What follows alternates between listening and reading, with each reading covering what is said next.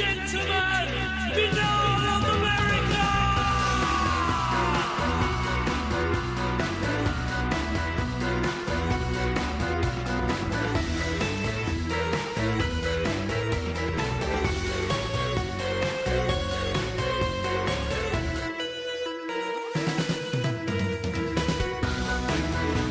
And now, ladies and gentlemen, Binnall of America Audio, with your host, Tim Binnall.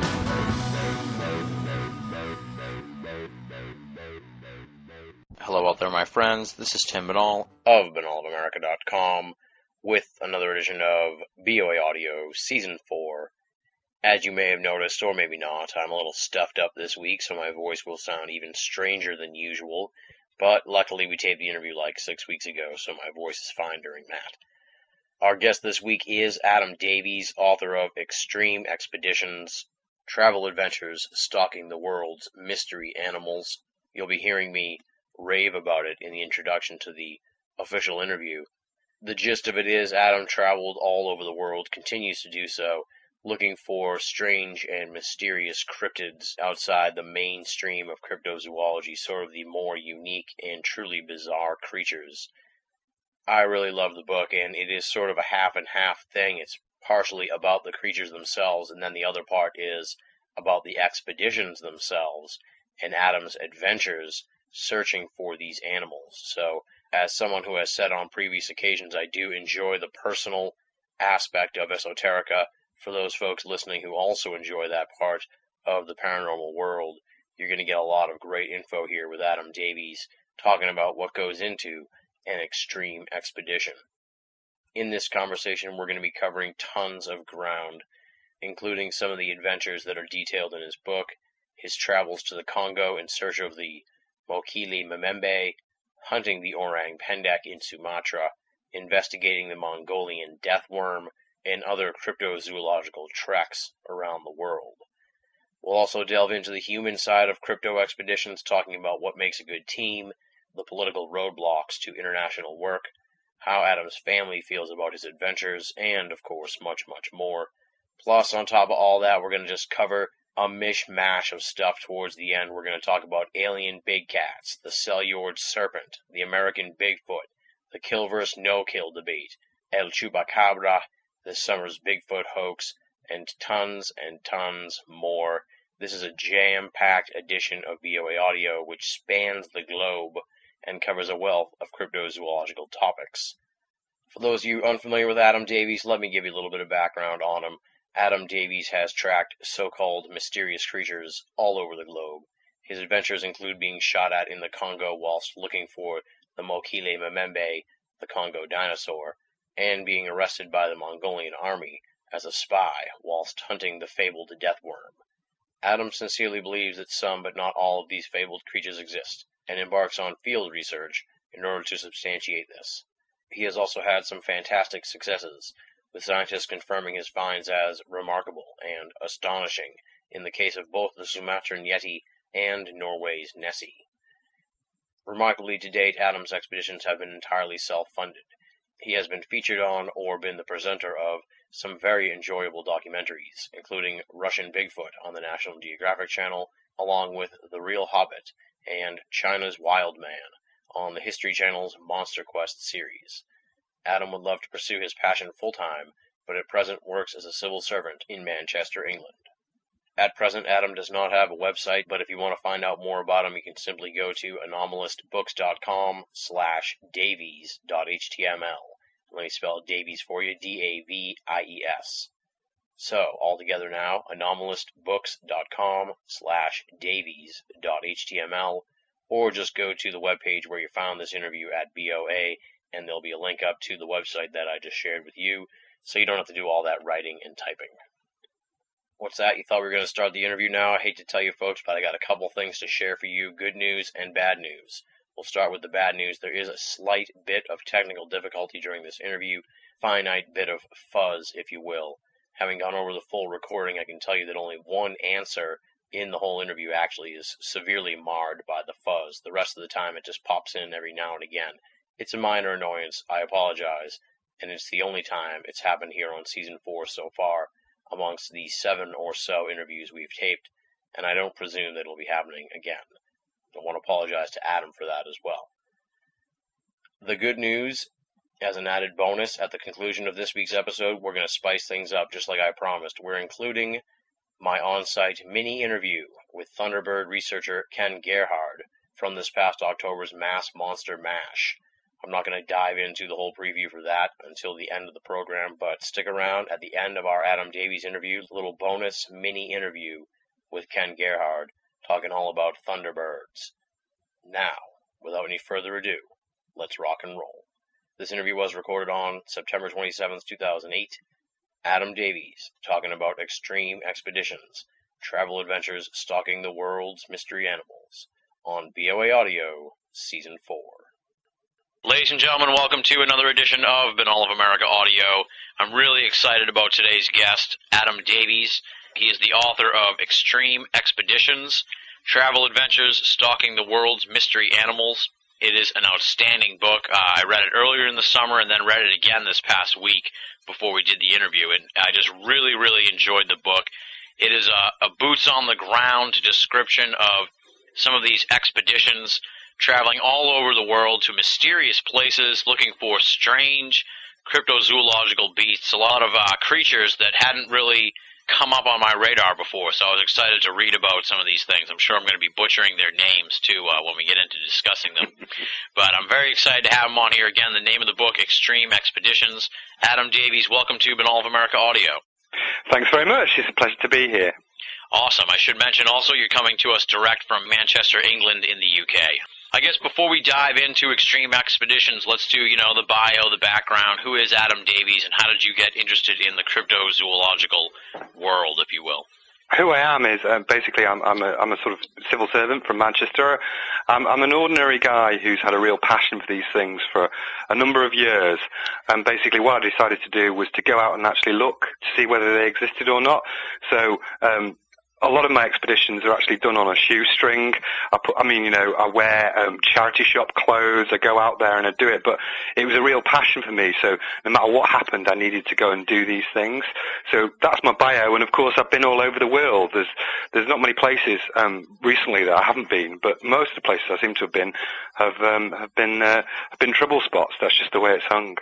Yeah, that's one of the even scarier parts. The book is kind of scary at points because things like that do happen in the book where, you're in places and it's like, I'm worried about this guy throughout the book. And then, like I was going to mention, at one point when you're in the Congo, after you had sort of haggled about the ride with Carlos, this is going so deep that people who haven't read the book yet are going to be like, what's he talking about? But you're like riding in the Jeep thing, and it was just like a couple sentences, and you were like, 2 hours into the ride, something bit me, and then I went back to sleep. And I kept waiting throughout the book for that to come back, where you'd be like, I woke up and my arm was like, had ballooned, but luckily that didn't happen. But that's the kind of scary stuff that that seems to happen on these trips. Yeah, there's been a couple of real scary moments. I think probably the singularly most scary moment was the first time I went to the Congo, where the Civil War had kicked off, and me and Andy were literally back to back as the taxi broke down. To cut a long story short, the taxi broke down, and we were surrounded by people who were after us, and we literally stood back to back doing charges while the taxi driver frantically tried to change the tire, and all the time he's going merde, which is obviously shit in French. And I actually said at the time, wait till you see the whites of their eyes before we charged. And after, it was like, and Andy said, do you remember actually saying that? I said, I didn't remember it, but I thought I must be the only person in the last 200 years who has ever said, wait till you see the whites of their eyes. You know what I'm saying? That happens in like films and stuff, but I actually said it. Me and Winston Churchill or something have said it in the last 100 years anyway. Yeah, the book, as I said, it's outstanding. People have to pick it up. It's through Anomalous Books. And what I really like about the book, too, is there's a lot of great cryptozoology books out there that sort of detail the animals, but what you've done is you've talked about the expeditions, and that's fascinating to me because it really gives you an idea of what you have to do to go and look for these creatures that goes above and beyond just, reciting stories that people have had about seeing the creatures and stuff like that. It gives you a real education into what it takes to go searching for these animals and stuff. I guess sort of give a little thumbnail on the book so people know what it's about, so when they can go and pick it up, they'll know what they're getting themselves into. Yeah, I mean, the book was really, the way I wanted to write it was to write exactly as you said about what the expeditions actually entail. What I didn't want to do is write a research book. I mean, people like Lauren Coleman and Carl Schuker write much better detailed analysis of cryptids than I could ever do. What I wanted to do was tell you what it feels like to actually be in those environments, and as you say, what it takes. And also, I wanted it to kind of be an inspiration. So, in the sense that, you know, as I said, I didn't have any money. For example, when we found the orang pendek in Sumatra, the first photograph I ever had, I'm in a charity shop shirt, you know, I got from Oxfam. My mother's saying to me, the first time you've ever been on television and you're in an Oxfam shirt, oh, you look dead scruffy. And I said, like, Mum, I'm in the jungle. What do you expect, you know? So it was kind of what I could afford, and I wanted people to read it and it to be nice and tight, and it was how I felt, the conversations I had, and to get across the passion that drove me to be in the situations that I was. Yeah, it's really well written, and like exactly what you just said, it really gives you a perspective of what it's like, and especially nowadays, people complain about those ghost hunter shows where they don't show all the downtime, and this book's like the exact opposite. It shows you a lot of the trials and tribulations of these expeditions that you wouldn't see otherwise. You know, if you saw, like, if they made a show about this, they'd try and just show you all the cool stuff that happens. You know, they wouldn't show you all the problems that come up and stuff like that. So and it was inspiring, although I'm kind of terrified of traveling to these places. I watch a lot of Locked Up Abroad. I don't know if they have that. Yeah, I've seen it. Yeah, I know what you mean. Yeah, well, I mean, as you know, I was in Mongolia. I was arrested on suspicion of being a Chinese spy, and it was the coolest thing because I'm like. On reflection, it's the coolest thing, but, you know, there I am in a military base, thinking, now, I've got to memorize the layout of this base because I've got to try and escape from it, yeah? And I'm memorizing all the things, and then I'm arguing with this, like, colonel who and you know, it's all very intense. I farted as I left his room, and then we get released, and then 2 weeks later I'm back in Manchester in my day job, and I thought, hang on a minute, you've just been in an unknown place, yeah? No whether Westerners have been there, you've just been arrested, a couple of years ago you were shot at, and there you are back at your day job, and it's very, very strange. Yeah, and that's the other cool part. I got to put you over because you are like an everyman. You're not really elitist or anything like that, you know what I mean? I could see myself sitting down and having a beer with you and actually, like, enjoying the time and stuff like that. You strike me as just like an everyman, so I appreciated that in the book too. Yeah, well, I think, you know, you could have a beer with me and we'd have a good time, and that's the whole process. What sometimes people can think about, and sometimes the people who get backing to do expeditions, what really irks me is, as you see in the book, you know, we never got financial backing. Maybe towards the end when I started to make documentaries, but certainly when it started off in Britain, it was always like tops from public school who got backing, or it was serious scientists who got backing. The idea of somebody from my sort of background getting any sort of funding to do an expedition, it was sort of poo-pooed. So I kind of thought, well, sod you, I'm going anyway. Exactly. Let's talk a little bit about early in the book when you first sort of started getting into this and decided you wanted to go on these expeditions. Let's talk about some of the situations that you had to deal with as far as, you know, trying to find like-minded people who were interested, and then dealing with putting together teams and stuff like that. Yeah, I mean, in terms of finding like-minded people, what you've got to remember as a starting point, when you start talking about these things, people say, you know, is he a kook? Yeah, is this ever going to happen? And the reality was, no, I always wanted to find people who were really interested in it, but who were prepared to take the sort of risks that I was prepared to take. And, you know, going back to our pub conversations, everybody's up for it after a few beers, do you know what I mean? But the reality of the situation is that most people don't have the desire sufficiently to take the risks. So what I wanted to have was to have optimistic people, but also realists. Yeah. I didn't want to have people with me who, I don't know, saw a monster around every corner. Do you know what I'm saying? You know, yeah. You know, oh yeah, there it is, and it's like in a tutu doing a dance, because it wasn't going to happen. The end game The end game has to be verifiable scientific evidence for any of these things. So I wanted people that would help me to do that, and that was what I set about trying to achieve. Yeah. And another thing that I sort of noticed too was that you got to find people that are in shape and stuff, because you talk about in the beginning of the book about one of your buddies there from work, I think, who did the survival course with you, and then they were like, "Dude, you can't bring this guy." That's right. Yeah. I mean, one of the things that ideally I'd like, before I take people, I normally, if possible, I'd always get to know them, because you need to really put in the effort to go and do that and do the exercise and do the training. I'll be there on Sunday morning at the gym. I have a punch bag in my garage, and I kick the crap out of that. I go running, and I try and, I'm not an athlete, and I never would be, but in my spare time, I try and keep myself in as good a shape as I can, so that I can do what I need to do. I need to be, when I'm leading these expeditions, I need to be as fit as anybody else there, so that they'll respect me, and so that the locals will respect me as well. If they want food, for example, and we're starving in the jungle, I need to be there with the guys who are going to gather it, and part of that earning their respect is showing that you're able to muck in with them. Yeah.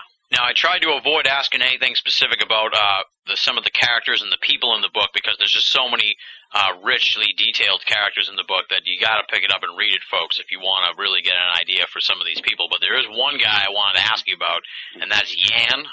I've been saying Yan. I presume that is how you say it. That's exactly it, yeah. Awesome. Really quite a character in the book. I was almost kind of disappointed when he sort of was not around after the first, 50 pages, because you didn't work with him anymore. But quite a character. Seemed like a bit media-oriented. I couldn't really get a grasp on how you felt about him. I'm sure he was a good help to you when you first sort of started out, but at the same time, he seemed sort of like it was his way or the highway, especially with the no drinking thing. Let's talk a little bit about Yan, and you can kind of fill in the blanks of what I'm talking about. Yeah, I mean, I do like him. He's one of life's eccentrics, Yan. And I like the fact that it's a big part of his life, cryptozoology. I mean, I think it's fair to say we don't always see eye to eye. I mean, my attitude has always been, look, I get people to work very, very hard. For example, when we're out, we could be up at 5 a.m, and we could be trekking till, late evening. And if people want a drink at the end of that, then that's cool with me. He obviously has a different viewpoint. He doesn't see things the same way as me. But I still get on with him. I spoke to him, yesterday. And we still chat, and although we have our differences, I like his passion. We probably differ in our methodology. I think that's fair to say. Definitely, yeah. Folks got to pick up the book just for Yan, if anything. yeah. Yan is a very interesting character, and I'm glad. As I say in the book, I'm glad he's around and doing his stuff, which is very different. Not to belabor the Yan point, but it seemed like he was really media oriented, and you said in the book, you can kind of understand that point of view. They have a different agenda. Not just Yan, but other people who you've gone with or worked with that seem more interested, in getting the publicity for what they're doing than actually the expedition itself. Does that seem to be something that comes up from time to time or often, or what? Yeah, well, all I can say is how I feel about these things, and the media stuff was always a means to an end. You know what I mean? As you can see in my book, if I thought it never drove me. I always decided what I was doing and where I was going, irrespective of what the media said or did. But if I thought it could benefit me, and I quite like doing interviews, then I'd do them. But it was never a driver. It was always an aside. I think it's fair to say myself, and certainly Andy, when he was on things, we were always quite a purist about it, which was, again, it's the science that matters at the end of the day. Doing press interviews is nice and often good fun, but it's not what it's ultimately. The end game is getting evidence, and if possible, seeing the things. It's not really about media. Yeah. All right. Now let's talk a little bit about some of these creatures that you've been searching for on the various expeditions. Now, I accidentally left out the cellured serpent, but let's talk about that, because that probably people haven't heard about that, I'm sure. Yeah. Well, the cellular. I mean, what people know about. Very simply is serpents generally, and obviously the most famous alleged one is Loch Ness, and that's the one that obviously I went looking for as well, and I didn't find any evidence of that. But I did find evidence of the cell-jawed serpent, and it remains to this day the only cryptid that I've actually seen. I saw the thing, and importantly, we got scientific evidence which backed up my assertion, so I was quite happy to talk about it. As you know, the Marine Research Institute in Bergen said, and there's a quote from the book, in the book, "I'm astonished to say this is an unknown species." And you see three other people, including the Smithsonian, who cross-reference what we found. I saw it coming out of the water, and it was the weirdest thing. It looked just exactly like the 17th, 18th century wood cuttings. It was undulating through the water. It even had barbs on its back. It was fantastic. Wow. It was like one, Tim, it was like one of the biggest rushes of my life. I mean, I said, I would have jumped on its back and rode it through the water if I could have got near it, and I would have done. I was Captain Ahab, in that moment. In that moment, I was there, and I was on it, if I possibly could get to it. It was fantastic. So, I mean, what that tells you is that some cryptids are genuine, some are not, but I'm sure the cell-jawed serpent exists. I'm sure it is, and I will go back again.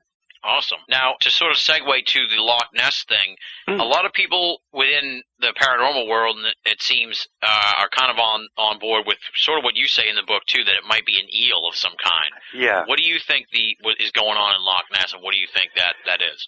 Well, I mean, my point of view is this. It's very easy to dismiss things, and people can say, oh, things don't exist, or is it an inanimate object, is it a log, or is it waves breaking? And it can be all of those things. And if you've actually spent any time on a lake, wakes in waves can very easily be mistaken for creatures coming out of the water. But I mean, I saw and I spoke to a number of eyewitnesses, and it was clearly an animal in some instances.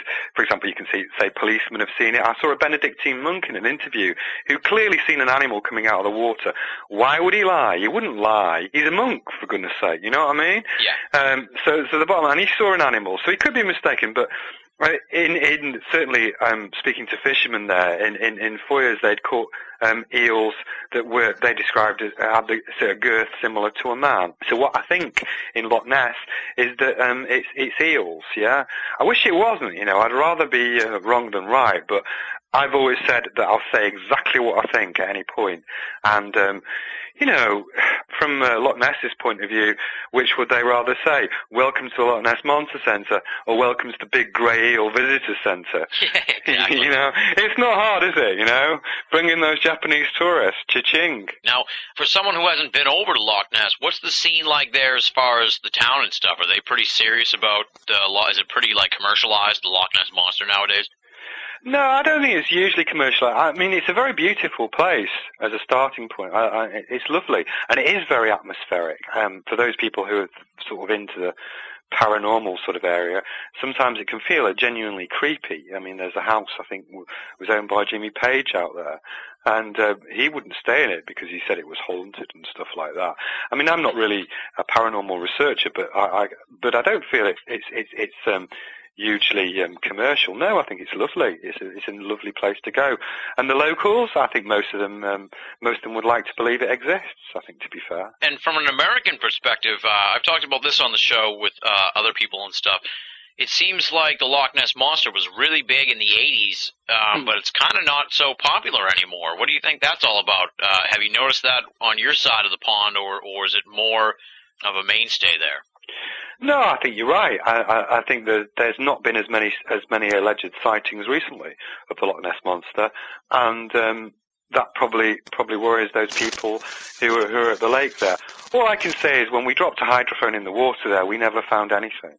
I could hear it. It was so sensitive I could hear the fish rising. And when I dropped one in Celyard, it was, when L.A., who was the technical expert, dropped one in Celyard, we found something pretty much on the first day, you know what I mean? Yeah. So that kind of tells me that there isn't anything in Loch Ness. I think we would have heard something at least, Yeah. Okay, let's move on to the next mysterious creature that you went searching for, and I'm going to try and... Is it the Macaulay? Right, let's go for it. Makile. Makile? Mamembe. Mamembe. Yeah. All right. Try saying that after you've had your beers on a Friday night, yeah? that's your dare for next Friday. You've got to say Mokele Memembe 3 times in one go after 5 beers, yeah? I'll give it a shot. Just to sort of give people an idea, it is an alleged dinosaur that's existing in the Congo, and for someone, like I had always sort of written off these stories of dinosaurs still being around, but it sounds like there's still some remnants of the dinosaur story around, and that's the Mokele Memembe. Yeah, that's right. Yeah, I mean, since I was a teenager, 13, 14, I was always really fascinated by the Mokele Memembe stories. I'd seen Roy Mackal on, you know, there was an old series called Arthur C. Clarke's Mysterious Worlds, which I'd watched when I was a teenager, and I'd seen him as attempting to look for a dinosaur in the Congo. Yeah. And from my point of view, when I was planning doing expeditions, I kind of thought, well, I can never be like a Sir Ranulph Fiennes or an Ernest Shackleton or whatever else, you know. If my toe drops off and it's day 56, you know, I'm not going to go on. I'm going to go and get a beer, you know. It's never going to happen. but Roy Mackal, I saw him setting up a hammock in Central Park, and he was falling out of it, and he was like, you know, for want of a better word, bumbling along, and I thought, well, shit, I can be like that guy, you know. I think I've got the balls to do it. I just need to get out there and do it. So he was an inspiration for me to do it. So that was why I went out to the Congo. I mean, I wanted to find out if there was any stories. I thought it was an amazing thing if something actually existed there. So, you know, and the legends, I mean, imagine if a dinosaur really did exist. That would just be incredible. So that was why I went out, because I was so driven by, I think, the adventure of the whole thing. Yeah. One thing I did notice that came up a lot in the Congo trips was a lot of the political hassles that you had to get involved with on these on-location expeditions, and the bribery that was involved, which I thought was really kind of interesting, because you don't really expect that sort of thing. I didn't realize you can't just go down there and say you're looking for the Mokele Memembe. You actually have to deal with a lot of people and you know, do a lot of paperwork and stuff like that, and surprisingly give them some stuff, grease some palms, if you will, to get them to give you permission to hang around in their country and look for stuff. Yeah, that's right. I mean, it does come as a bit of a culture shock to people, say, in America or in Britain, because we're not used to that sort of thing, and you know, it's kind of abhorrent to us. But certainly in the Congo, there's a culture of what's called a petit cadeau, which is a small gift. And when at first you sort of revile from it, it's like, why should I give this guy, like, you know, a few dollars to just ask him a question? But that's how they live, you know. Yeah. That guy, to be fair, that guy might not have been paid for a week or even a month, and he's got a family. You're his last best hope of feeding his kids. So what I tried to do was I'd pay people what I could afford, and I'd tell them, look, you know, I'm not a rich individual. I'm not a TV company or whatever else. This is the best I can give you. You either take it or you leave it. And they took it, fortunately for me. I thought it was really cool, too, that, and not just in the Congo, but in Mongolia when you went there, and when you went to Indonesia and stuff, that the natives actually seemed to really appreciate the fact that you were taking the time to come down there and look for these creatures and stuff like that. Yeah, I mean, one of the best things that I'll have memory-wise is that the advantage, if you like, of being not rich was that I spent a lot of time chilling with the locals, for want of a better word, you know. I lived like they live, I ate the sort of food that they ate, and we had a good laugh. And because of that, because I lived like them and because I had a genuine interest and passion for the things that they were interested in too, we got on really well and made some really good friends, you know. Like Bill Gay in Mongolia, I still, you know, we mail one another, I ask how he is, I send him Christmas presents, I send him some cigars from Britain, you know. And we have a respect for one another. And what often TV crews or researchers can do is come in with sometimes a slightly lofty attitude. In other words, our culture is superior to yours. We're going to have a little sniff at what your values are, and then bugger off. And I didn't want to do that, and I made some good friends as a consequence. Like I said, there are a lot of richly detailed characters in the book. A lot of the natives that you spent a lot of time with that sound like great folks. Yeah, absolutely. I mean, one of the things in the Congo is you know, to be a good hunter, you have to be a good dancer. And in the Congo, I drank this, it's called whiskey of the village. It doesn't taste like whiskey. It tastes like, and no, I've never had it, and I've never been this drunk. It tastes like, I imagine toilet water would taste. You know what I mean? Yeah. But I drunk some of this, and then I had a dance, and I was kind of the best dancer in the village that night, and they, like, respected me for it, because, you know, I'd had a go. And with the Pygmies, I had a go on the drums, and I was probably the first Westerner to have a go on the drums, and my drum solo went down very well, you know? So I love it, yeah. I love chilling with the locals because you learn a lot from them, and you should respect them, and it's right that you do so, and I'm proud of it, Tim. It seems that way from the book and everything, and you're very right to be, because they all seem to love you so much too in these various places you went. So I can tell that your personality really shined through to these guys. Yeah, I mean, when I left in the Congo, when I left the village, I spent a lot of time with the notables, who were like, they're mystics, for want of a better word, and they gave me a load of presents when I left, and like they're all waving me off, and they give a big sort of song as I left, and you know, it's incredibly atmospheric. My pirogue, which is my canoe, is pulling away, and like the village is singing to me as I go. Man, that's just fantastic. I can't get that anywhere else. You know, I'm walking down the street in Manchester and nobody sings to me now. And if they did, I'd walk the other way. Let's stay on the Mokele Memembe for a minute. Yeah. So based on your trips down there and the people that you talk to and stuff, what are your thoughts on the veracity of the creature, and if you think this is really possible? Yeah, I think it's really possible. I don't think it's a dinosaur. I mean, it would be great if it was, but I don't think it's a dinosaur. What I think it is an unknown species, and the closest thing I can think of is a kind of aquatic-based rhinoceros, for want of a better word. To use a simple analogy, savanna elephants are very much larger than forest elephants. They kind of dwarf when they go in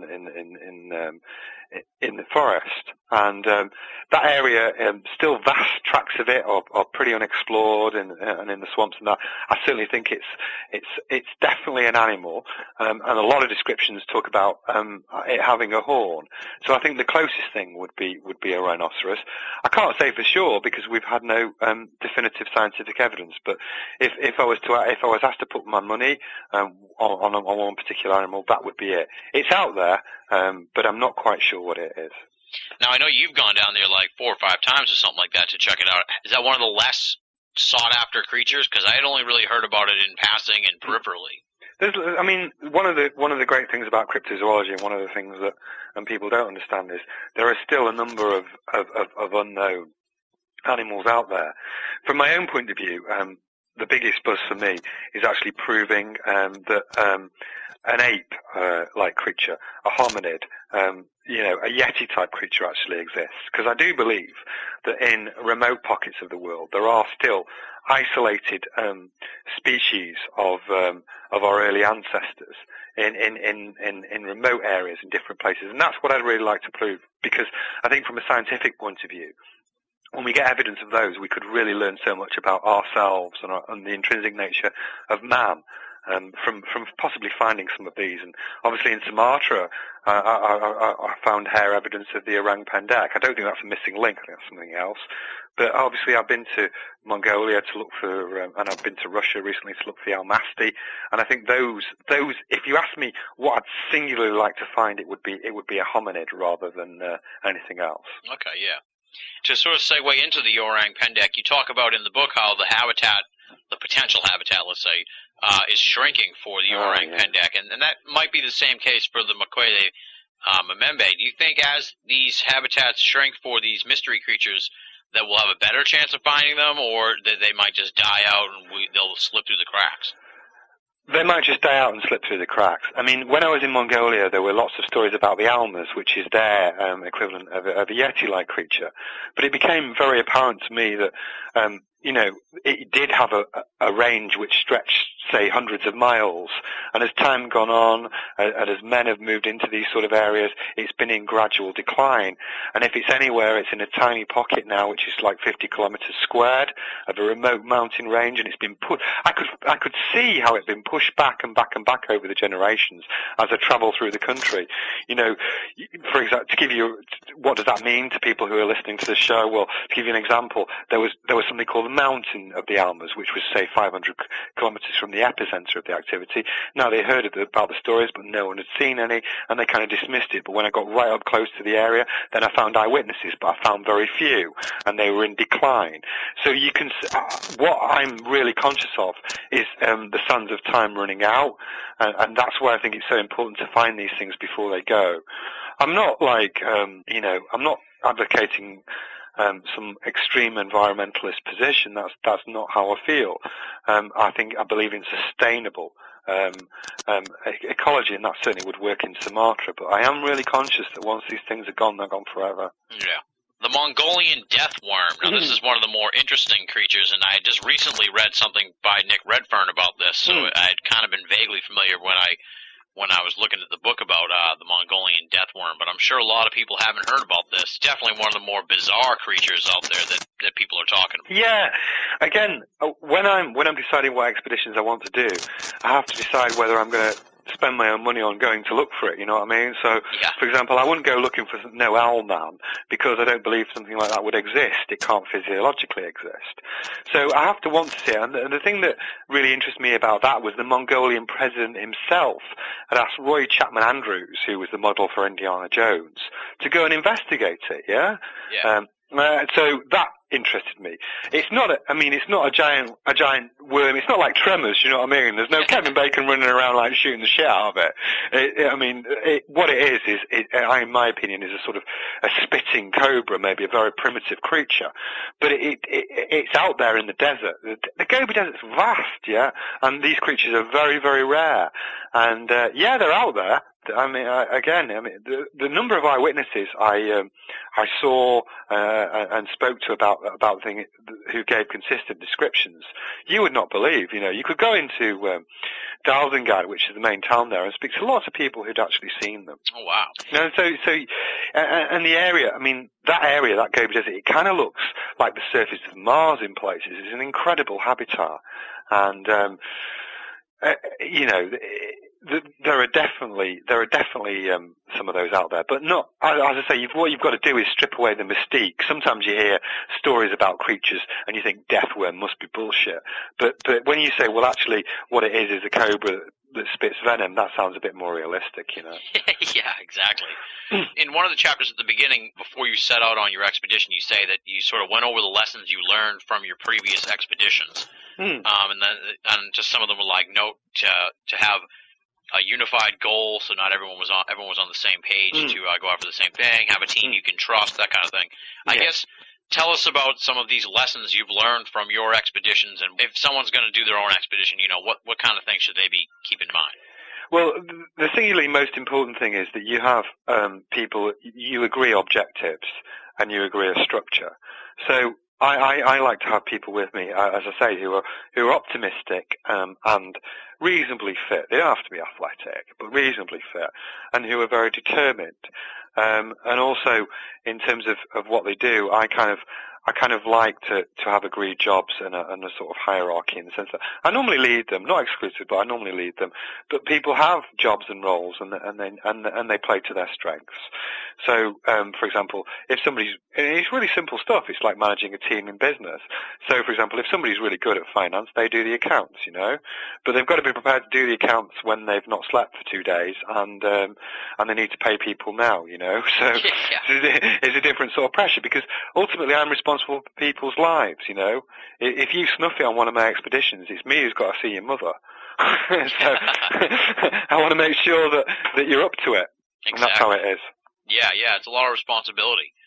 Now, as far as how you sort of go about the expeditions, like I had talked to Lauren Coleman about this, about what's the best way to get the Bigfoot, and he said to use sort of a Diane Fossey method, where you sort of stay in the area for a while and become one with the environment, and then the creatures will be more open to you. Obviously, that's not something you can do on a 2-week expedition, really. But what sort of means and methods do you use when you're on an expedition looking for these creatures? Well, yeah, I mean, absolutely. I mean, because of the fact that I have to work full time. I wish I didn't, but I wish I could do this all the time.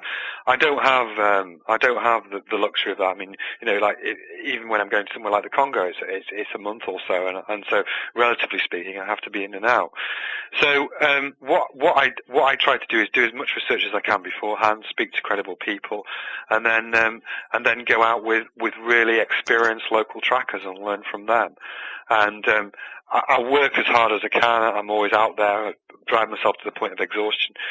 Lauren's right. I mean, in an ideal world, you'd immerse yourself in the jungle and the culture, but because of the resources I've had, that's not been practical. So what I've tried to do is learn as much as I can from the trackers, and also take the best equipment that I could afford to do the job. Yeah. What's been the reactions of some of the people who are featured in the book to the book, like Yan and your buddy there, Andy, and some of the folks who are in the book? Like, I was thinking too about some of these power brokers in the Congo. Some of them came off a little bit like scary or like warlordish. I think one was described as a warlord. How did you get any negative reaction, or are people pretty cool with how they were portrayed in the book? People generally are pretty cool with how they're portrayed. Keith said to me, Keith's in the book, yeah. And there's this bit where I remind him. I went for a beer with him the other night, and he's in Sumatra, and when Sahar, who was the lead guide, said, Mr. Keith, he's strong for sleep, he weak for everything else, yeah? Because he was like not the best person in the jungle, right? But he was totally cool with that. He said, yeah, that was fair enough, and we had a laugh about it. So, the thing is, Tim, that book is written from my diaries, and it's exactly how it happened, yeah? So all I can do is say that's exactly how I felt and I saw it at the time. And if people disagreed with me, then fair enough, but those are my views, and they're my heartfelt views. The book's written from me, and it's just how I felt. Ultimately, it's how I felt, saw, and understood things at the time when I was there. Yeah. So it's just like how you perceive things. Mm-hmm. So you're not worried about getting like locked up in the Congo when you get down there, because they're like, read your book. Man, I'm always worried about getting locked up in the Congo. Recently they sentenced some pigs to jail. I understood. You never know what's going on in the Congo. Yeah, it's scary. It's the weirdest place. So you never know. I always think about which expeditions I'm going to do next, yeah. But if I go to the Congo again, I joked that I'd want to have one of those giant hamster balls, and I could just like roll it around, and there'd be no shit whatsoever, But the reality of the situation is, I'd bite the bullet, and that's it. You never know. Yeah. Now, you did bring up Keith. I wanted to ask you about that, because I know in one of the expeditions they had to take him back down to the town or whatever, and it sounded like he was happy, that he was sort of like a little mini celebrity in the town while he was taken down. What was his reaction to having to be taken off the expedition? Was he disappointed because you guys came all that way and he couldn't really hang on the trip, or it just was too rough for him, or was he okay with it, or what was his perspective on that? I think his perspective was, he needed to leave because he was ill, and that was the reality of the situation. So he was relieved he was out of the jungle, and he was quite happy. Obviously he'd come all that way, and he wanted to carry on. But if you're ill, you're ill, and you've got to go. We've got a job to do. I'll make sure he's safely cared for, which he was, because Debbie was looking after him, Debbie Marta. Yeah. But we're there to press on and do the job, and providing he's cared for, that's the end of his expedition. But from his point of view, no, he was fine, man. I mean, he was like the biggest celebrity in town. He was like, the equivalent of the George Clooney of Sungai Penuh. Everyone was like waving at him, and he was waving back, and he was dead happy. He was all right, he was chilled. That's good. That's good. Yeah, I couldn't tell like really it seemed like he was happy with the thing, but I'm sure he was kind of like a little downtrodden that it ended up that way. But I couldn't really tell. No, he's pretty laid back guy. So he rarely. I mean, again, he's very positive. So he rarely gets downtrodden. And when we got back to Singapore, believe me, that boy can drink, and he was fine there. Put it like that. We went to Hooters, and I'm not going to carry on anymore because I'm conscious I'm on an interview with you. But he made up for it. Let's put it like that. There you go. Now, is your buddy Andy as into the cryptozoology scene as you are, or is he just sort of like a friend who enjoys going on these trips with you? Yeah, I don't think he's probably into it as much as I am. I mean, I've spent thousands of pounds, dollars, whatever, doing this, and I still do it now. And he's in the Navy at the moment, the British, the Royal Navy. Yeah. So, I mean, he probably will go on expeditions in the future, but Andy and I always wanted to, in an ideal world, what we hoped we'd do was like do something like a TV series, because we can kind of do it all the time. Oh, I mean, I'd love to do it all the time, Tim, you know what I mean? I'd love it as a career. Yeah. But he was like, he said to me, like, Adam, like, I can't afford to do it anymore and I need to get on with my life. And I completely understood that. You know, I still see Andy. I spoke to him last night, but you know, maybe I'll just carry on driving at it because it's probably my singular passion in that respect. But I respect that he's joined the Royal Navy, and I'm totally cool with that. We're good mates. I was just so pleased with the guests tonight. I know that you probably think that I don't care. I'm kind of like a doctor. I don't have opinions. Au contraire, sometimes the guests come out here, it's all I can do to not spit on them. But tonight, oh, come on, like you can't tell. You're listening to Binnall of America Audio. Anyway, that wasn't the case tonight. I loved the guests tonight, and I hope you did too. You kind of raised a good point, too. I presume you're kind of a young guy like me. I'm going to be 30 in January, so I presume you're a fairly young guy. I think you said that actually in the book, because you went on a trip with one guy who was like 60 and one guy who was like 40, and I think you said you were in your 20s or something like that, or maybe your 30s. Yeah, well, I'm in my 30s now. I mean, I'm conscious of the fact I'm getting older, you know. It's one of those things. If you've got a big age gap between expedition members, they can want to do different things to relax. Yeah. Yeah. But I don't really think it's a problem. You know, maybe my aspirations will change I think you probably change as you get older. You get a bit more reflective. Yeah. But whereas, you know, maybe when you're in your 20s, you're just up for it, and that's the way it is. You know, I'm conscious of the fact that I'm getting older, and if I go into nightclubs now, maybe the girls will look away. Not that they ever looked at me in the first place.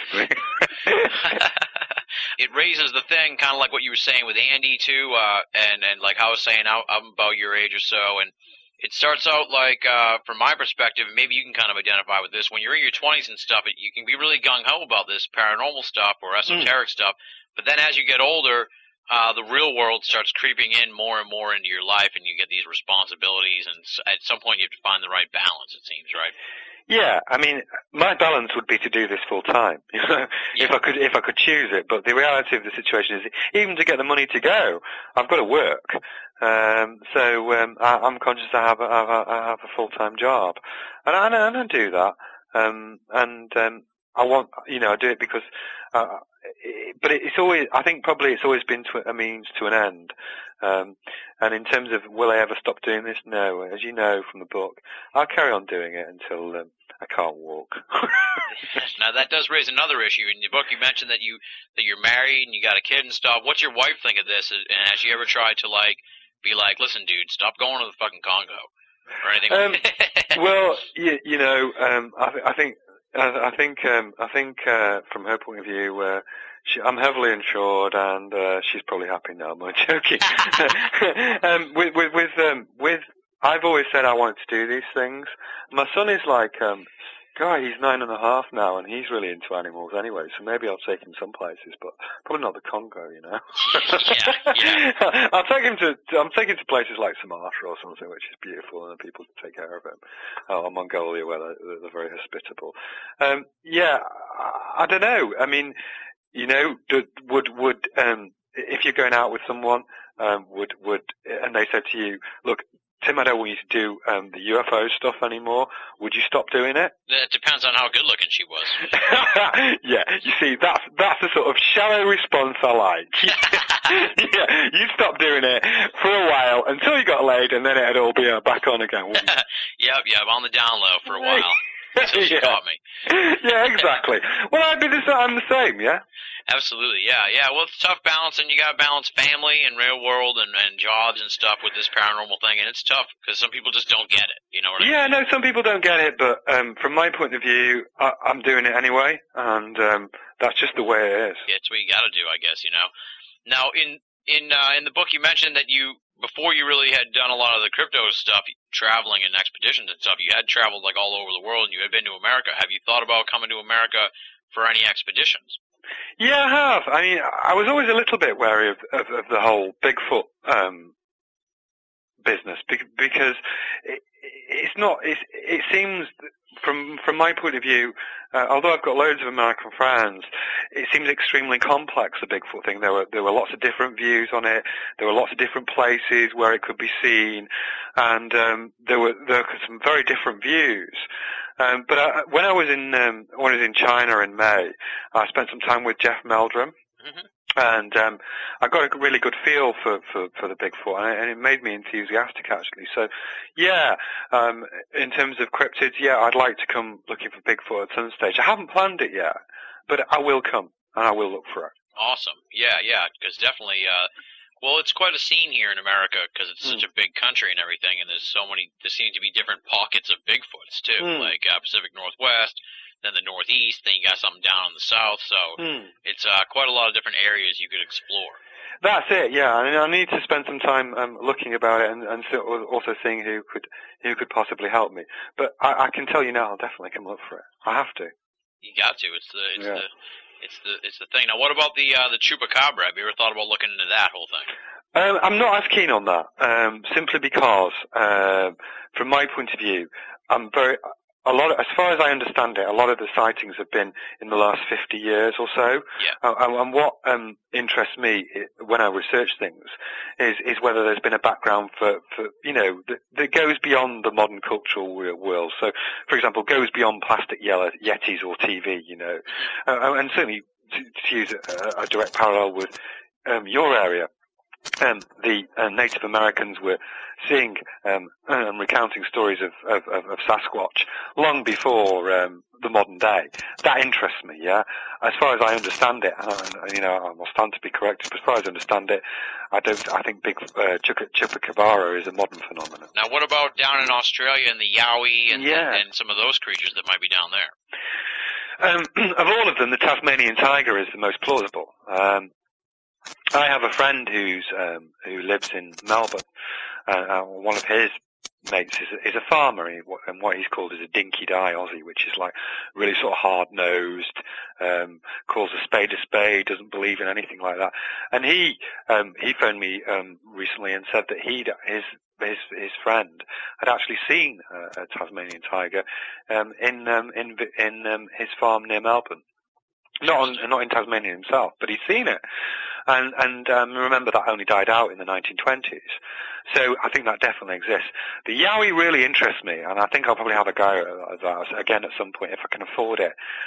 I don't know quite how it would work, because as I understand it, Australia's not had a land bridge with any continents for thousands and thousands of years.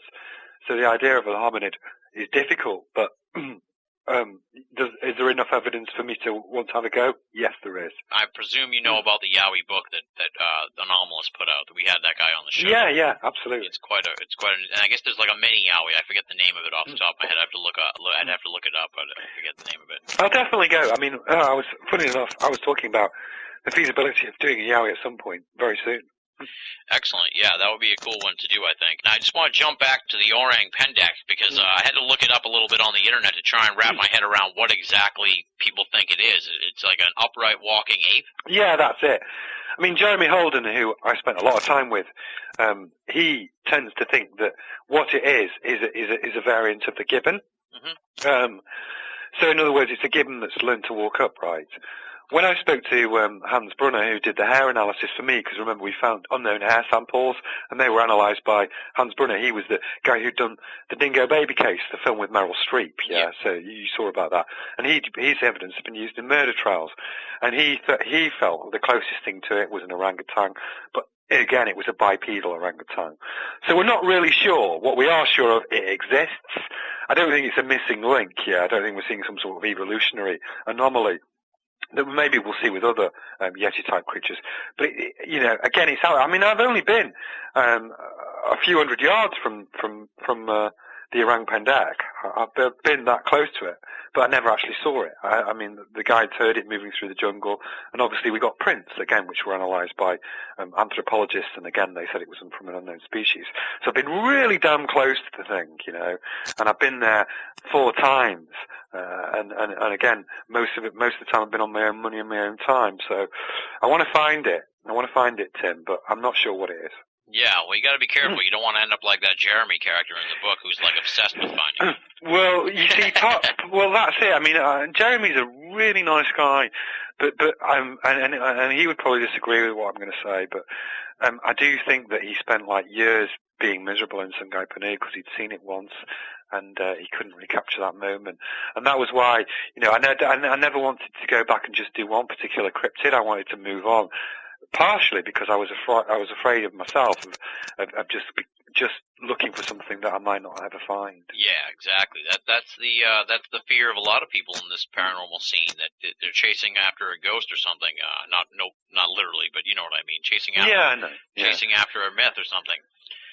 Now, there's a big sort of long-standing, I guess you could say, debate within cryptozoological circles. The old, do you kill it or not if you have the chance? I presume your take is don't kill the mystery beast if you see it. I wouldn't kill it. I have thought about it, in the sense that would you kill it if you saw it? I mean, and sometimes I've had people with me, say for example in the Congo, who've been armed, simply because either they're hunters or I've had to have people there like soldiers, because that's been a requirement of the government authorities. But if I saw one, would I shoot it? No, I wouldn't. I let it go. I want to gather important scientific evidence, and I'm aware of habeas corpus, show me the body. Yeah, I'm aware of that, and aware that some people would consider that the only definitive proof. But I kind of figure if I got a good quality photograph and I got some important things like DNA evidence, that would be enough to sponsor for people to chuck money at it. So in other words, to get a lot of the scientific funding you'd need to find it without killing it. And that has to be the aim. I couldn't kill one. No. It would be wrong, I think. And especially if you're looking for something like a hominid, you may well be killing an ancestor. Exactly. Right? I mean, it's almost like manslaughter, isn't it? Yeah, it's troubling. It's troubling, but it seems to be something that gets bandied about back and forth. Now, do you bring any means of, tranquilizing them? Do you ever try, do you consider capture as a possibility on these trips? I've never been able to afford that sort of resource, the bottom line is, like tranquilizers and things like that. And I think you'd have a problem getting some of that sort of gear in some of the places I've been to anyway, guns, etc., things like that. My objective has always been to try and gather evidence, as in tangible DNA evidence, for example, hair samples, and also photographic evidence, simply because that's the best I can do. But in terms of moving on from that, if I got that, that's the thing where you get people like teams with helicopters, get anthropologists in with tranquilizers, set up those sort of traps. You probably get military officials, etc. I think if you got enough to tip the balance, that sort of resource would come in. So it doesn't start with me. It doesn't end with me. It probably starts with me, rather. You sort of lay the groundwork that this thing is there, and then hopefully you can get more funding to go in and get it. That's exactly right. That's my aim. Now, I was checking out some of your stuff in addition to the book. Now, what have you been up to this summer? I thought I heard that you were in Russia or something on a trip. Yeah, I was in Russia looking for the Almasty, which is the Russian Bigfoot. There's a lot of talk about in the Caucasian mountains on the border with Georgia of an Almasty, a Russian creature existing there. And we went to a few areas. One of the funniest things is we went to this building where there'd been a lot of alleged Almaty activity, so it had come down from the mountains. And Gregory, who's the Russian guy who was with me, he said to me, "It seems to me you will be looking and doing a night stakeout of the barn tonight." I said, "Yes, Gregory. It seems to me this was the scene of a triple murder." And I said, "Right?" And he said, "Good luck." And it was as well, like people had died in this, been like some sort of family butchery thing. And then we're setting up so we set up the camera traps, and we set up all the night vision stuff around this place. And then I can hear the jackals howling, you know, as they're coming down from the mountains. I thought, how creepy is this place? It's the weirdest place. It was totally a weird place. And we found some, joking aside, we have found some hair samples there which are going to be analysed by Sykes in Oxford and by Todd Dissertel in New York, who's you know, I like and trust. So we'll see what comes of them. Yeah, I didn't see it. We got there was Richard Freeman and I who was with me. We felt that we got pretty close to it. We said about one of the nights, I think it was the second night we were there, about 3 a.m. We heard something run across the balcony, and it wasn't and it was so large it actually blocked the starlight from the crack in the door, so it had to be over 6 foot, and it jumped over the balcony. Richard and I rushed out, but it had already buggered off before we got a photo. Was it an Almaty? I don't know, Tim. I can't say for sure, but it certainly damn well sounded like it. Wow, jeez, that's scary. Yeah, it was good. It was a rush. One of the things that I would be kind of worried about on one of these trips too is like on how I was saying earlier about when you mentioned that you got bit by a bug or whatever, is how prevalent is disease as a concern when you're on one of these things? I think that's a really good question, because it's not the big animals that really genuinely often worry me. A couple of times I've been a bit wary of tigers in Sumatra because they're quite active around the places I've been, and I've been not far away from one before now. But normally, you know, in a bush and then it's there. But it's normally the little things that bother me. For example, as you say, things being bitten. I've seen a lot of dangerous snakes, green mambas and black mambas have slid past me. And I've had horrible things bite me. I had a toenail drop off. and it's particularly little things. For example, one of the biggest dangers in the Congo is sleeping sickness, and that's from the bite of a tsetse fly. And the only time I ever saw my hunters panic was when we were on a pirogue on Lake Tele, where Makina Mulumbe is supposed to live, and a couple of tsetse flies landed on us, and they went bananas. Because, you know, a bite from them and you're dead. So it's insects I worry about most, not big animals, because you never know when they're going to get you, you know? Yeah, do you do a lot of, like, vaccines and stuff before you go to make sure you're kind of cool with some of the other stuff? Yeah, I do. I mean, I have every vaccine that's possible, and I spray myself with insect repellent. I use some of the time I use some stuff that the Aborigines have used as well. But at the end of the day, none of these things are 100% guarantee, and you never know what you're going to get. I've had some, I'm not going to say right now, but I've had some horrible things as a result of being in these places. But touch wood, I'm all right, you know.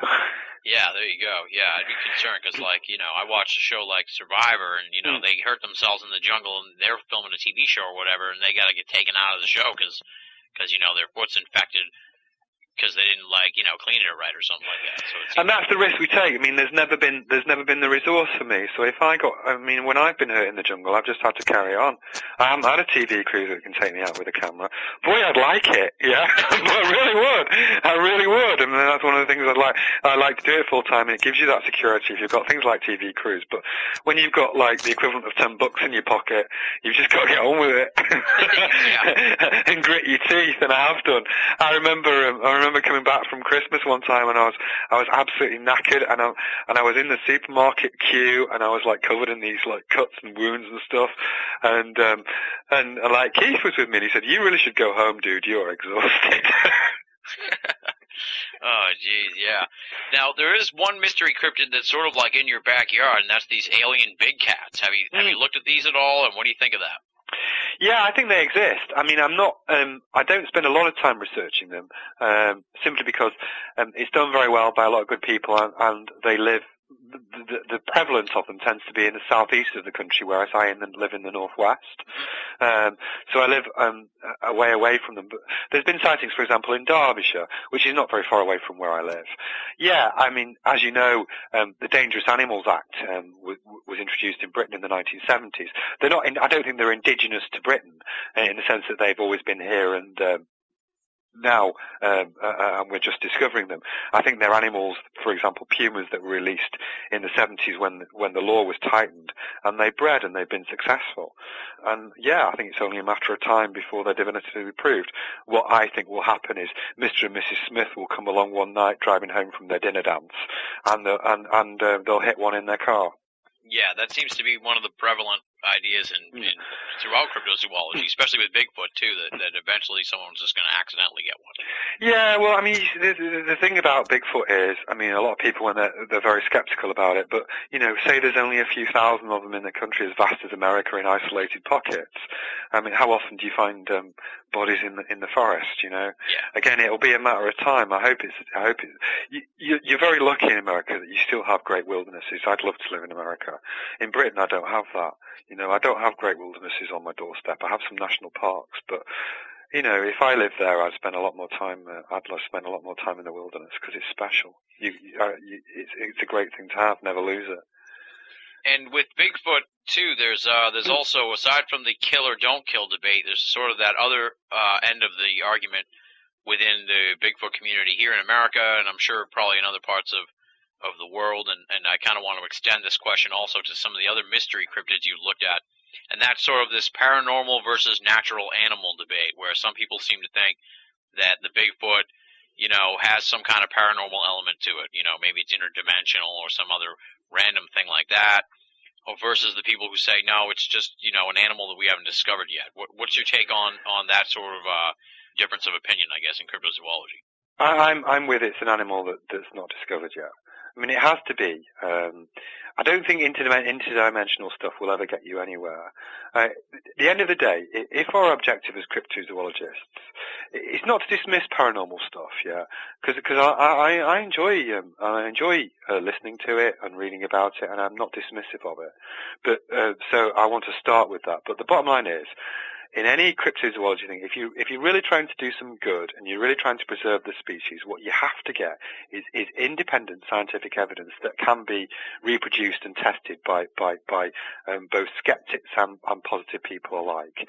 And in order to do that, you need evidence. You need hard evidence, and that evidence will inevitably have to be physical evidence. So for me, it has to be.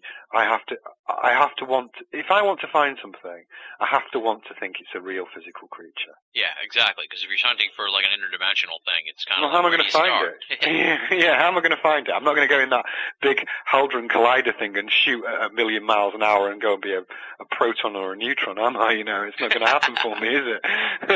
So I've got to want to see it. I've got to hope it's walking so I can try and track the bastard. You know. Exactly.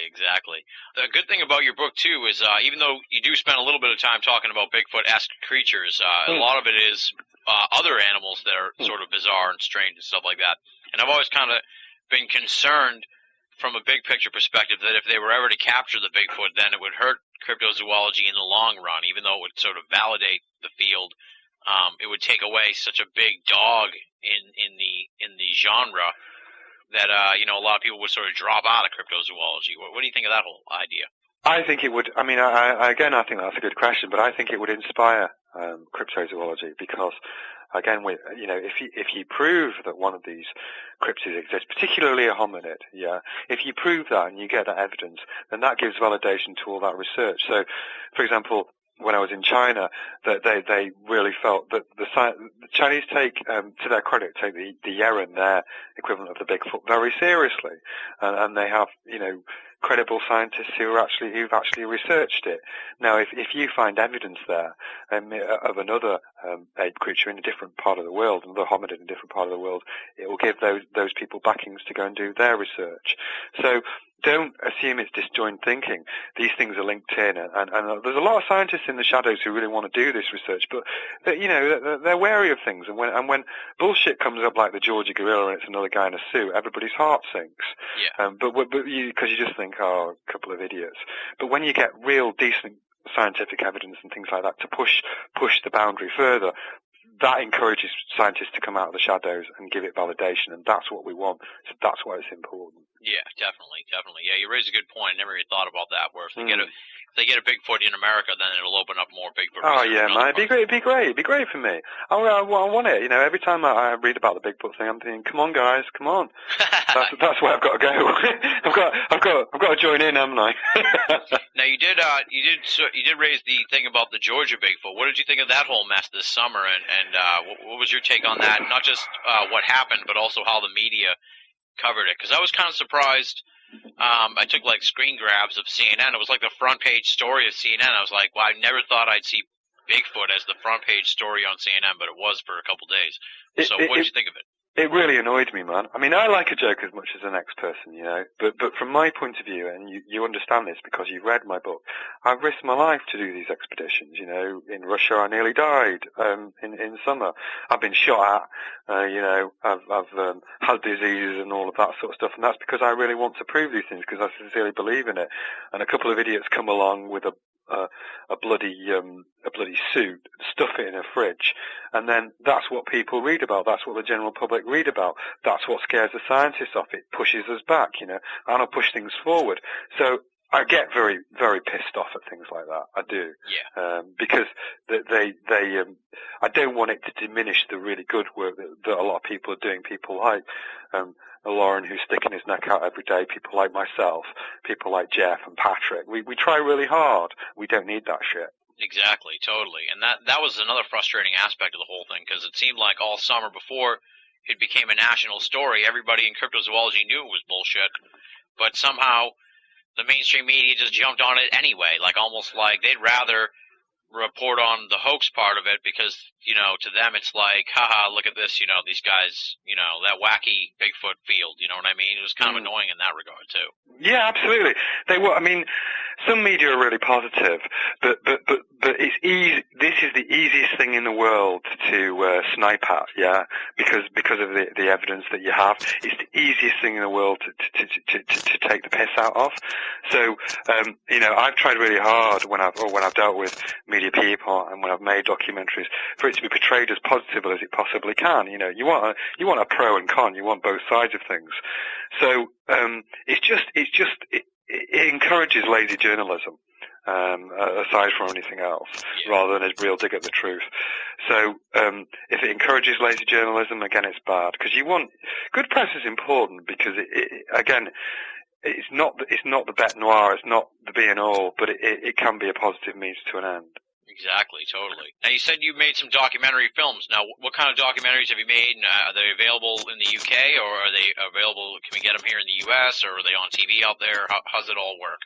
Yeah, I mean, I've made, for National Geographic, I've made Russian Bigfoot. I also did something for them called 8 Man of Sumatra. Most recently, I've done Monster Quest, which was on Sumatra, and also China's Wild Man, which was on in America on Sunday night, as I understand it. I'd like to do more stuff. I'd like to do more where possibly I drive it. I think probably I've been a part of a film, and I'd like to do more out there, and I'd love to do like a TV series. So I've done, in answer to your question, I've done 4 documentaries. I'd like to do more, because again, it helps me finance my expeditions, and obviously in an ideal world I'd like to do it full time, but you never know. yeah, that's the same way I am. I'd like to do it full time, but yeah, man, I hope it happens for you, you know. Oh, I appreciate that. If only the bills would stop coming in, then I'd be all set.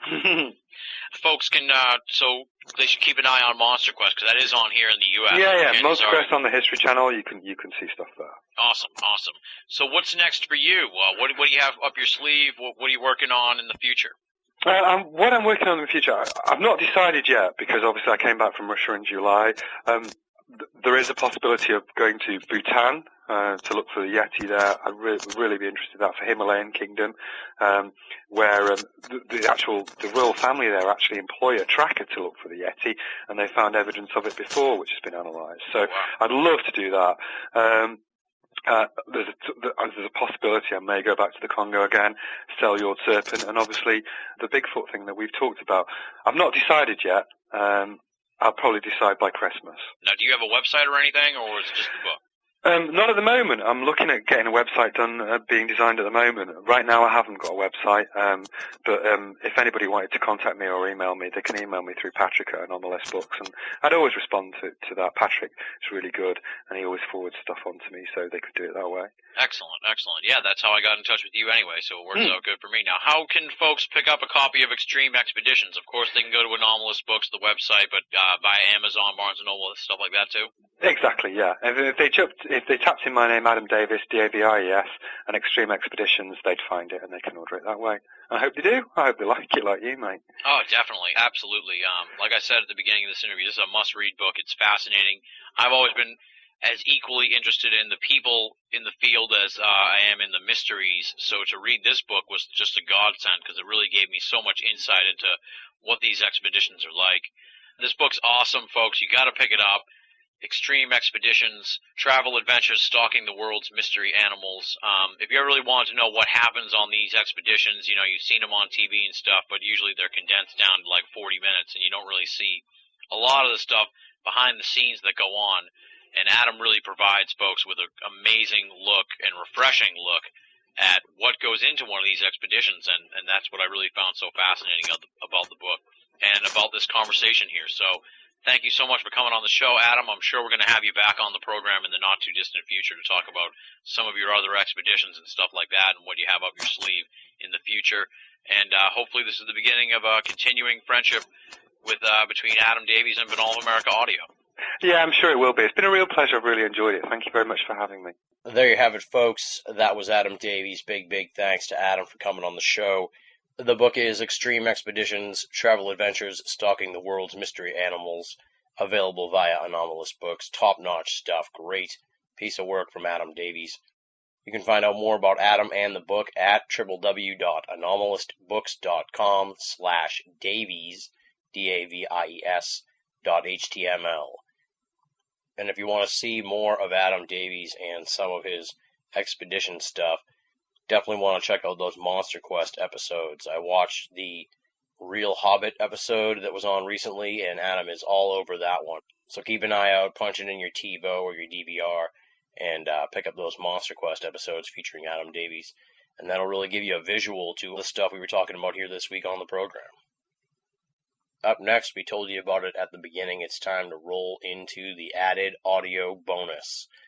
My on-site mini interview with Thunderbird researcher Ken Gerhard at the Mass Monster Mash. I'm going to hold off on giving you a full preview for this because it's only about 8 minutes long, and if I spent a lot of time giving you the preview, it would take about a quarter of the time that the actual interview is. So let's just tell you that it's about Thunderbirds. It's about his book, Big Bird, Modern Sightings of Flying Monsters, the bird versus pterodactyl debate, photographic evidence for giant birds, and Ken's research into Texas chupacabras from the past few years. Hopefully you'll dig this one because Ken will definitely be back on BOA Audio in the future for a full-length sit-down interview once I've had the chance to sit down and read Big Bird, Modern Sightings of Flying Monsters, which he gave me a copy of at the Mass Monster Mash. So, without any further ado, this little mini interview was recorded on October 18th, 2008. Ken Gerhard at the Mass Monster Mash talking about Thunderbirds. What's going on, folks? We're here at the Mass Monster Mash, and I've got Ken Gerhard with me. He's the author of Big Bird, Modern Sightings of Flying Monsters. Ken, what are you doing up here at the Mass Monster Mash? Well, Tim, I heard this was a great event last year, and just got a lot of excitement and buzz. So, and of course, I'm good friends with Nick Redfern and Lauren Coleman, who are both speaking here. So, I wanted to come up and show my support for them, and just check out a new event, and just be very supportive of these types of events all over the country. Awesome. Talk a little bit about your book, Big Bird.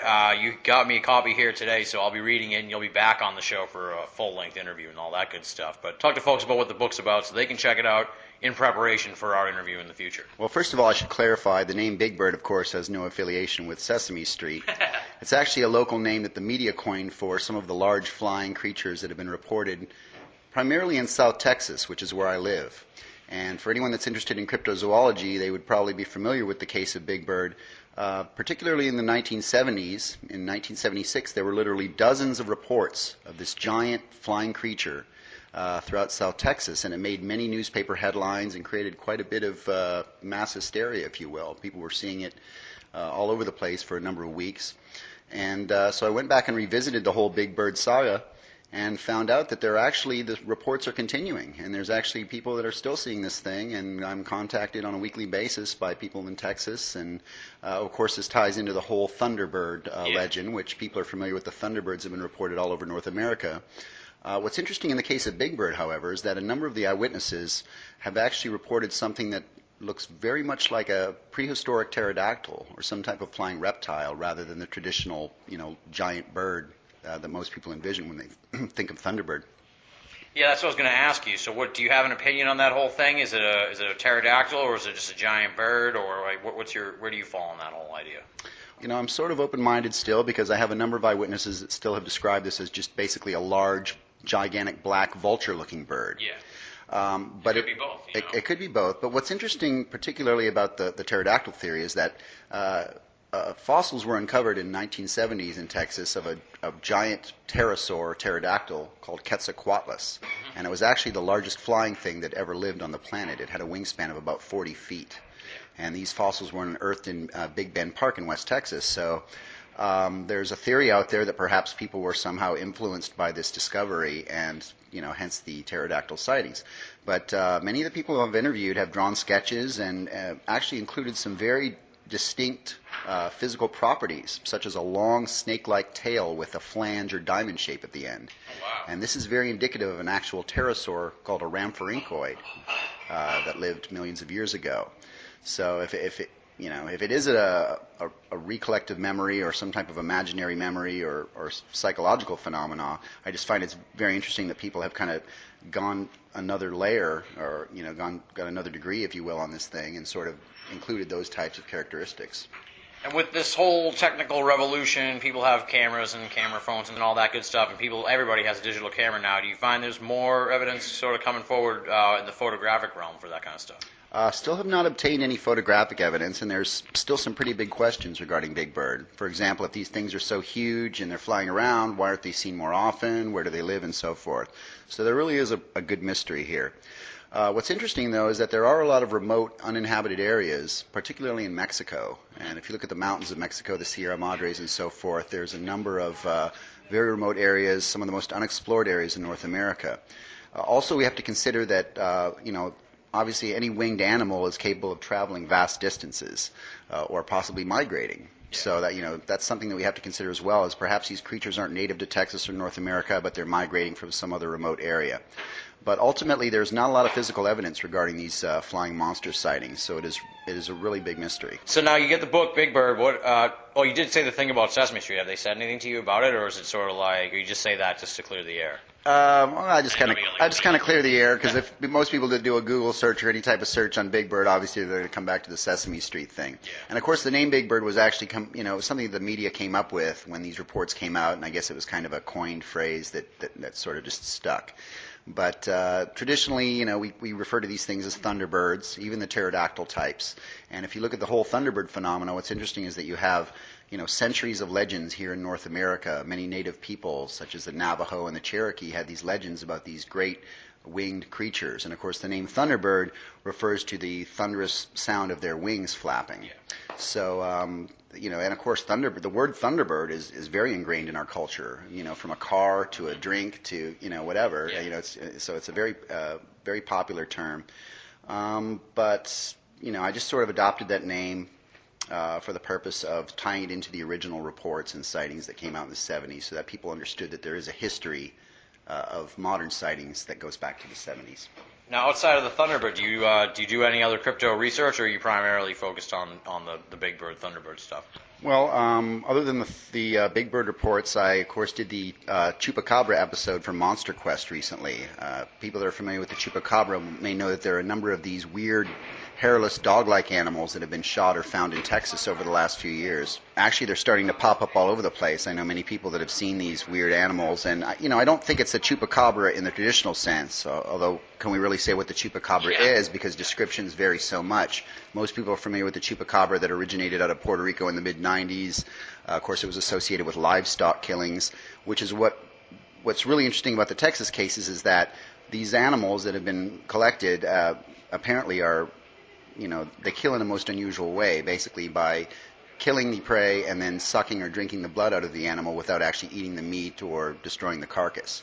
And so in that sense, it does tie into the original chupacabra sightings. It's a sort of a modern vampire, if you will, which is what's very interesting about it. But anatomically speaking, all the specimens that I've studied, from the Elmendorf beast to the Cuero chupacabra, they're all obviously canine-type animals, but they have an unusual skin condition whereby they have no hair on their body whatsoever. They all have very unusual dentition or teeth, very long fangs, very long claws, and in many cases their forelimbs have been shorter than their hind limbs, and they run with sort of a strange hopping motion. So, the theory has been put forward that these are basically mangy coyotes or foxes, but I think we have to go a little bit deeper into the mystery than that. There's obviously something genetic going on here with these animals. It's sort of a mutation or subspecies or something that's developing. And again, if you go back to the behavior of how they're killing livestock, that's not really typical of a coyote either. Where can people find out more stuff from you? Where can they check out your book and your website, all that good stuff? Well, of course, I'm on MySpace, Ken Gerhard, Gerhard. I also have a crypto blog site, and it's www.tonezone.com/Ken. And I post a lot of my reports, pictures, and blogs on there and so forth. You can also watch for me on the show Monster Quest, and I also appear on the show Legend Hunters on the Travel Channel, where I do some Bigfoot research. Awesome. Well, hey, Ken, thank you very much for coming on the show and doing this little on-site interview. Really appreciate it. Thanks for having me, Tim. Appreciate it. That does it for this week's edition of BOA Audio Season 4. Big, super huge thanks to Ken Gerhard for taking some time out of the Mass Monster MASH to talk to me. And I'm looking forward to talking to him in the future for a full-length edition of BOA Audio. Of course, big, super huge thanks to Adam Davies, author of Extreme Expeditions, Travel Adventures, Stalking the World's Mystery Animals. He's a great guy, and I'm looking forward to talking to him again in the future as well. That little tag you heard in the middle of the program definitely was no lie. I loved this week's guests. I hope you did too, and I can't wait to bring them back on the show to talk about cryptozoology once again. And now, finally, after a 2-week absence, it's time for the Season 4 premiere of BOA Audio listener feedback. I'm going to be honest, I picked this week's letter as kind of a smart-ass response to the technical difficulties of this week's episode, and you'll kind of understand what I'm talking about when you hear the letter. It comes from Andy, no hometown listed. After listening to many things on the internet, I would like to thank the technical staff for the quality audio that I have not heard anywhere else. Good sound quality even with the overseas guests. Great job, fellow engineer, Andy. As you can see, I picked this week's letter as a kind of smart-ass response because we did have somewhat lousy quality on this week's audio, and it was a surprise to get an email like this because I'd say generally the comments run 3 to 1 with people writing in with suggestions on how to improve the sound quality, although I guess, the people who think the sound quality is great, they're not really going to write in. I hate to burst your bubble though, Andy, but there is no technical staff or engineers on the BOA team. It's just me. I tape the interviews, I edit them, I fix them up, and I'd like to think that we're improving sound quality wise from season to season, and that each year we get a little bit better. One of my long-term projects for BOA Audio is to someday go back to the original episodes. I still have the raw files for all the interviews we've ever taped, and I'd like to go back with either a really skilled audio engineer or just applying some of my own learned tricks over the past 4 years and sort of digitally remaster those original episodes of BOA Audio from 3 or 4 years ago. But like I said, that's a long-term project, something that would take forever and a day to really put together. You never know, though. In the future, it's something that may come up from BOA. I suppose I should say, if you think you might be able to help me out with that, shoot me an email and we could start talking about it and planning it out, because it is quite a massive project. But it is something that I would like to produce eventually. So there you go, Andy. Thank you for the kudos. It really brightened my day when I received this email because, trust me, folks, I am my own worst critic when it comes to the sound quality. I try to go over every episode with a fine-tooth comb, and to hear from someone who appreciates that is a great thing, and Obviously, I do listen to all the criticisms of the audio quality and take those into account each week when I try to clean up the episodes and put it together for the week. But as I noted, there is no staff and I'm pretty pressed for time, so sometimes we just have to make do with what we have and do our best to get it out to you on time with the highest audio quality that I can muster for that week's show, always under the deadline. That seems to be the case here at BOA Audio. Anyway, once again, thanks for writing in, Andy. Much appreciated. Keep on listening, and feel free to send me your thoughts and critiques on the audio quality here for Season 4. If you'd like to be a part of BOA Audio listener feedback, there's 3 ways to do it. Here they are. Either go to Binnall of America and click the contact button on the left-hand side menu, or write to boaaudio@hotmail.com.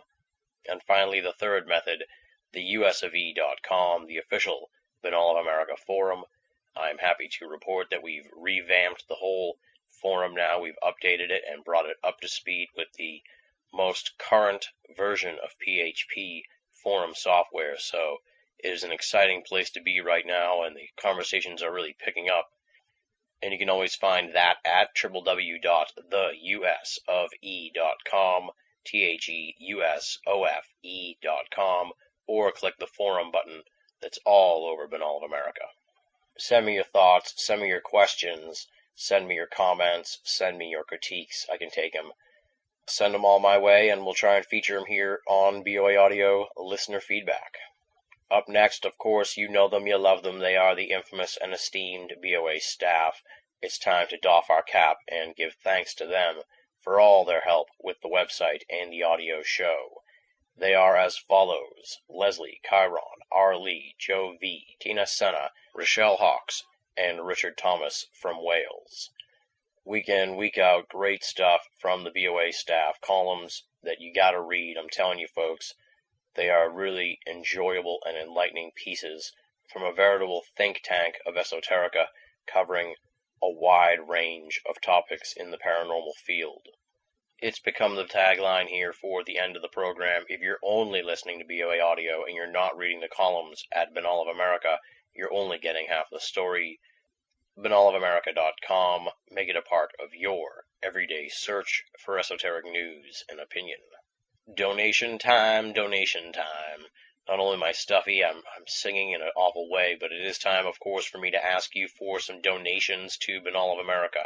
You just heard a hour-long plus international phone call to the UK. That stuff costs money, folks. We don't do big advertisements during the program. We don't do advertisements on BOA. And all of our 95 plus episodes of the program are free to download for anybody who wants to check them out. So in other words, we're not really making any money off this program. It's really a community service, I guess you could say, and a hobby of mine. But the phone calls, the bandwidth, the hosting, and the time costs a lot of money out of my pocket that thankfully is subsidized by the great BOA Audio listening audience who make donations. How can you make donations? That's simple. You go to Binnall of America, you click the PayPal button, and you make a donation. Simple as that. 1, 2, 3. No donation is too small, and all donations go towards keeping BOA Audio and the website up and running and freely available for all of our great listeners and readers the world over.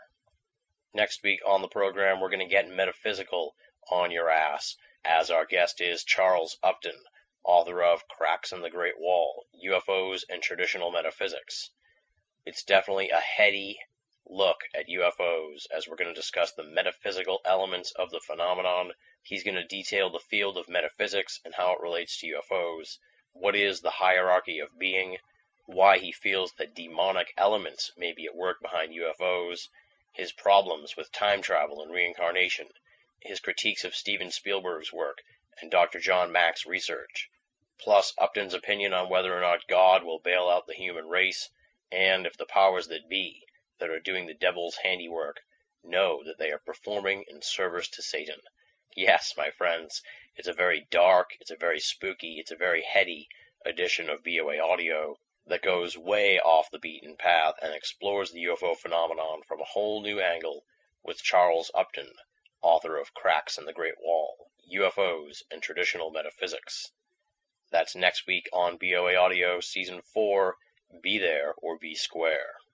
And on that note, we wrap it up here for the week. Once again, big thanks to Adam Davies and Ken Gerhardt for coming on the show. Jam-packed episode covering the whole gamut of cryptozoology. Definitely a show that I will put into my best of pile in the future. I'll be back next week with Charles Upton talking about UFOs and metaphysics. Until then, this is Tim Binnall, thanking you for listening and signing off.